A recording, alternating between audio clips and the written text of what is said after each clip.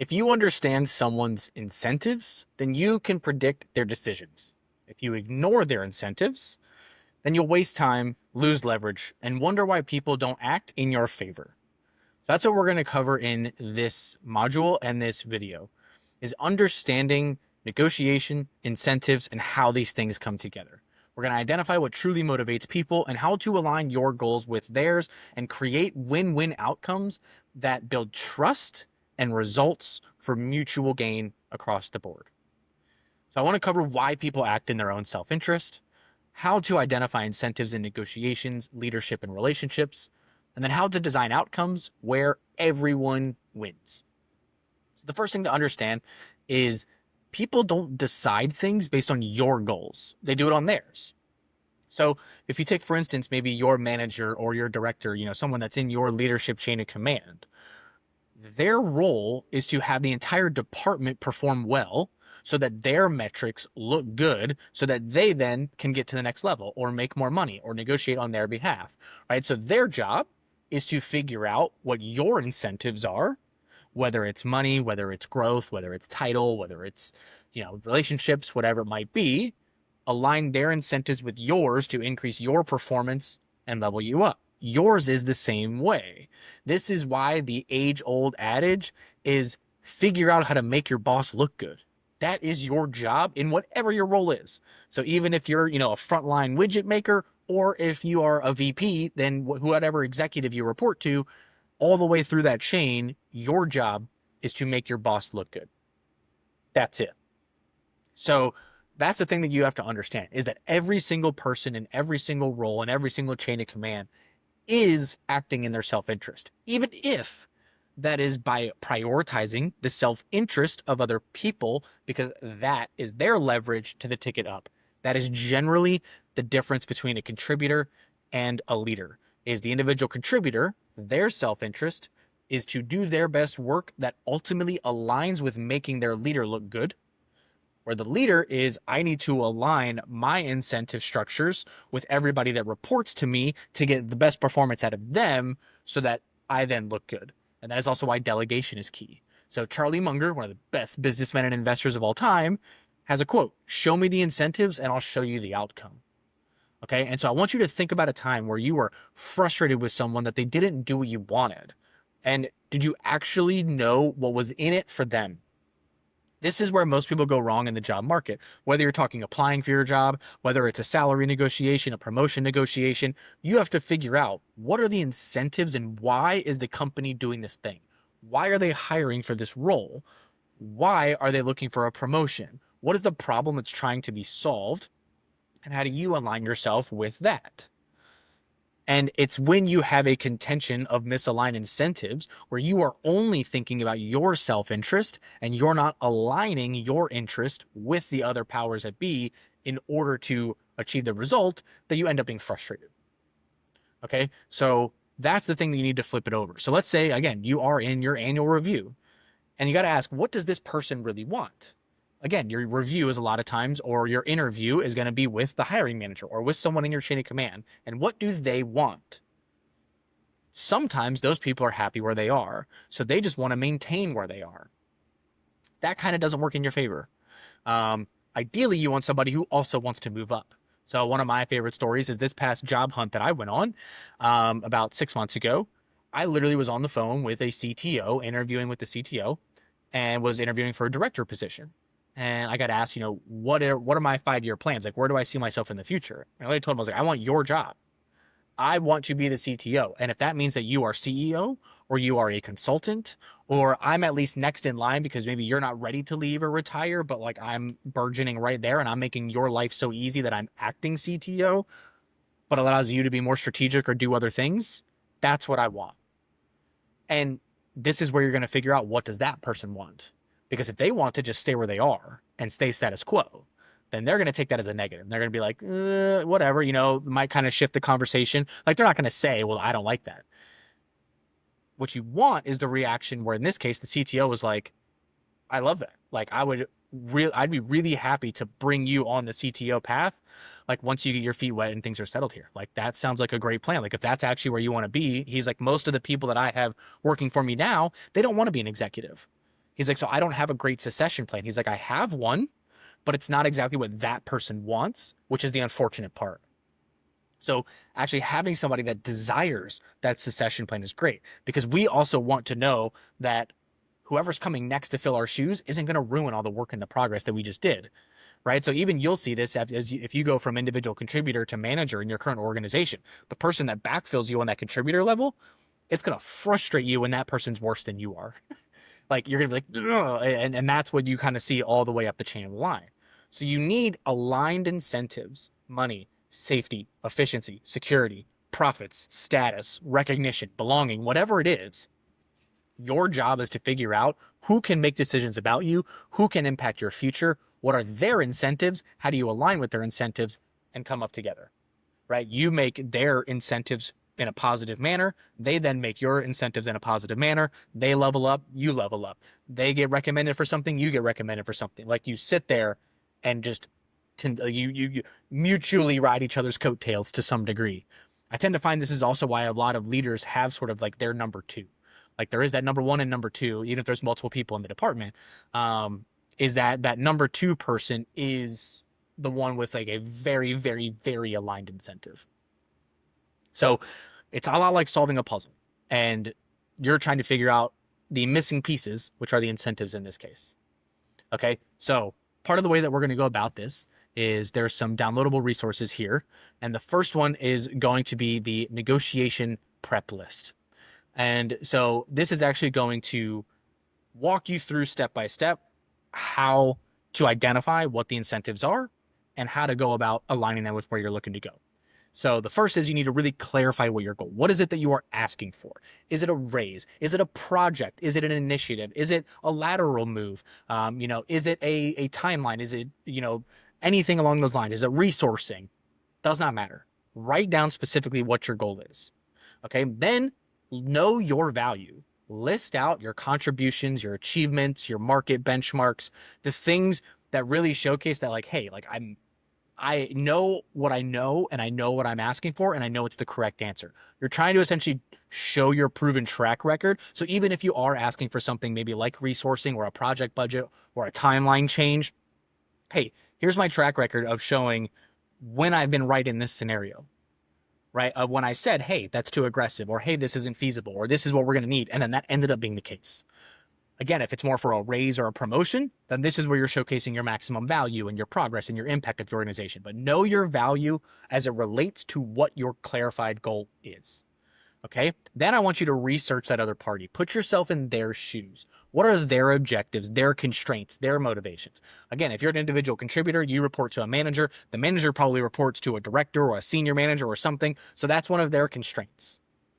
So take that to its extreme. What is this person motivated by? Are they also trying to get promoted? Are they also trying to make more money? Are they trying to make the department better? What are their objectives? And this is stuff that honestly you can really do in your one-on-ones with people. If you don't have scheduled one-on-ones with your manager or leader on a regular basis, because I know some roles don't do that, then go out of your way and ask. And just be like, hey, can I take 10 minutes of your time and just say, hey, how are you measured for success in your position? What do we need to do as the people that are reporting to you to make you look good and get you where you want to go? Where is it that you want to go, right? Have those conversations, have them transparently, and get in the practice of doing that. So research it kind of, I say to do it on your own as a thought experiment, do it with the person. And also a great resource can be AI. Tell them about your job, your company, who you report to, and be like, hey, if you were this person, what would your incentives be? And then use that as an additional thought exercise. Okay. But when you're talking with them, make sure that you are gathering that data. What are the financials they are shooting for? What are the current projects that are of a priority? What are the pain points? These sorts of things, right? And so then you want to map the incentives, right? So identify where your interests overlap with theirs. Where are you guys already aligned and in the same spot? Okay, then you want to plan how to frame your request for being mutually beneficial. Hey, by having this project budget, here's what's going to happen. The project that you mentioned was high priority. It is more likely to get done on time, which then means that you are going to look good and you're going to get praise. And then you will know it's because I came to you and asked for this proactively. And so together we can rise, right? Something that I told my current director, my current role, I was like, my job is to get you C-level. Let's go. right? Like that's why I'm here. I have a lot to learn from you.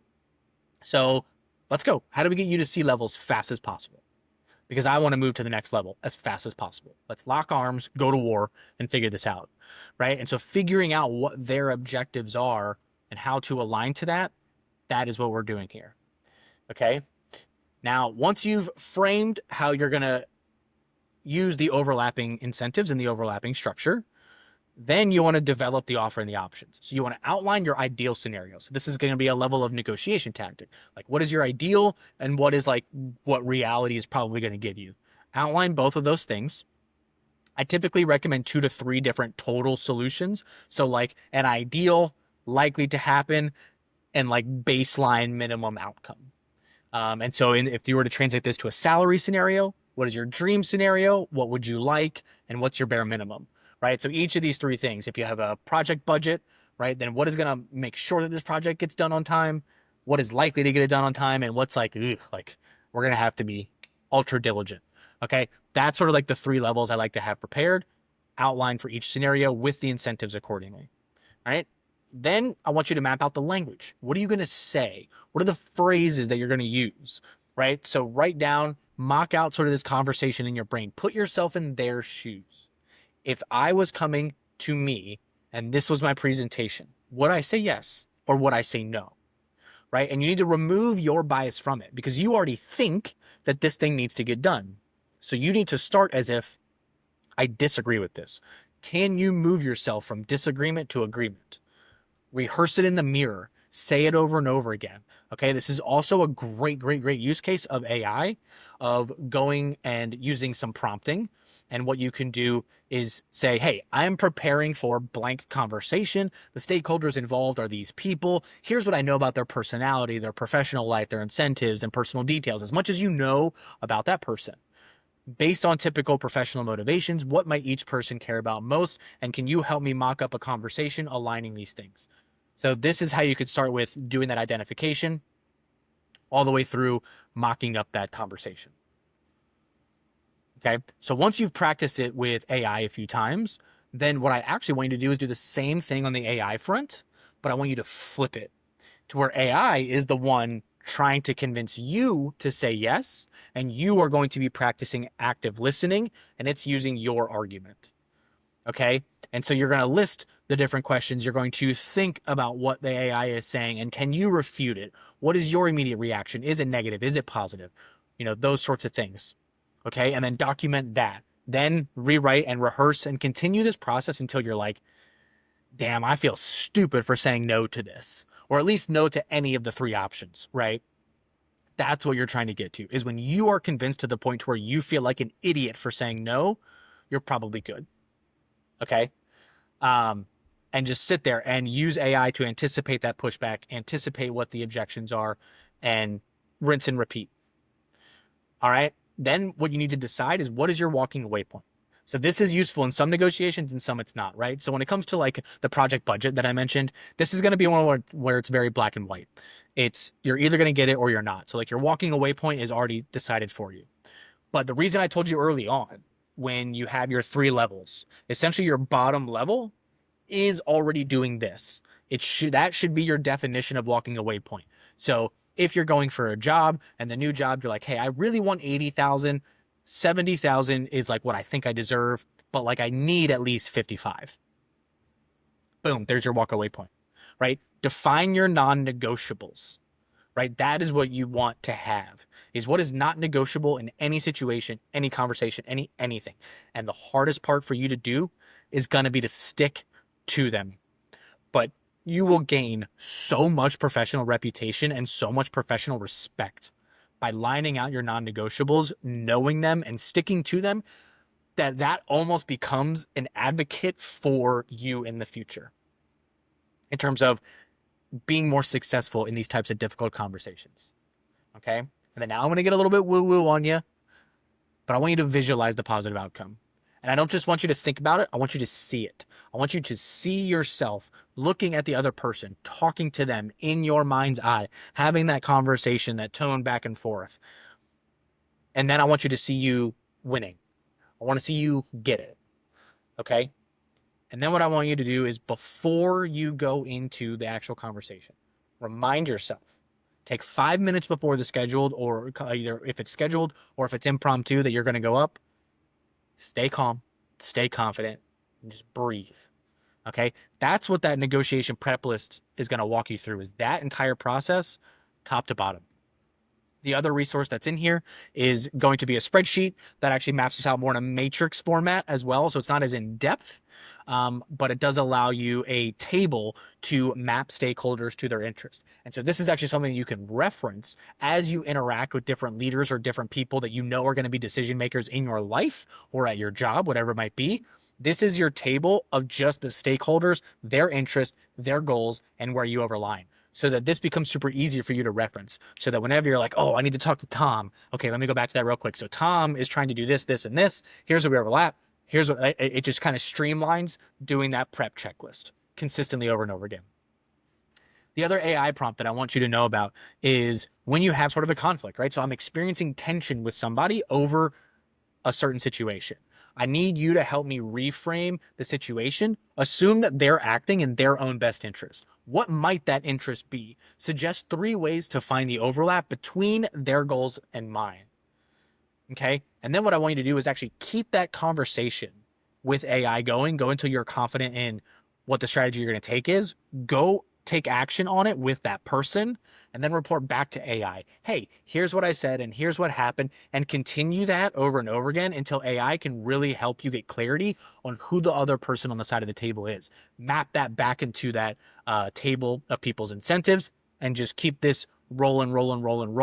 And as you learn people, as you learn their incentives and their personalities, then you will become more and more effective in these conversations and in these tactics.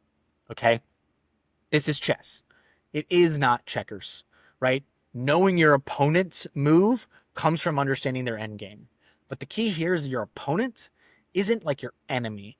It's just they're the person that you have to negotiate with, and a negotiation is successful when both parties walk away feeling like they won. Okay? So I want you to think about this. What's one big decision that you're trying to influence right now? What is the other person's incentive? How often do you enter a negotiation thinking only about your needs? And where's the overlap between your goals and theirs? And I want you to comment this. I want you to put it out there publicly. And then I want you to start creating your stakeholder map, conduct the overall audit and checklist, and then sit there and continue to work through those exercises. And this is the fastest way to get what you want, is helping others get what they want. This is what makes the world go round. Let me put it this way. Do you buy products or services from people who didn't deliver the first time again? What about the 5th time? If they don't deliver the 5th time, are you going to buy from them again? No, that's mutual success. That is capitalism in a nutshell.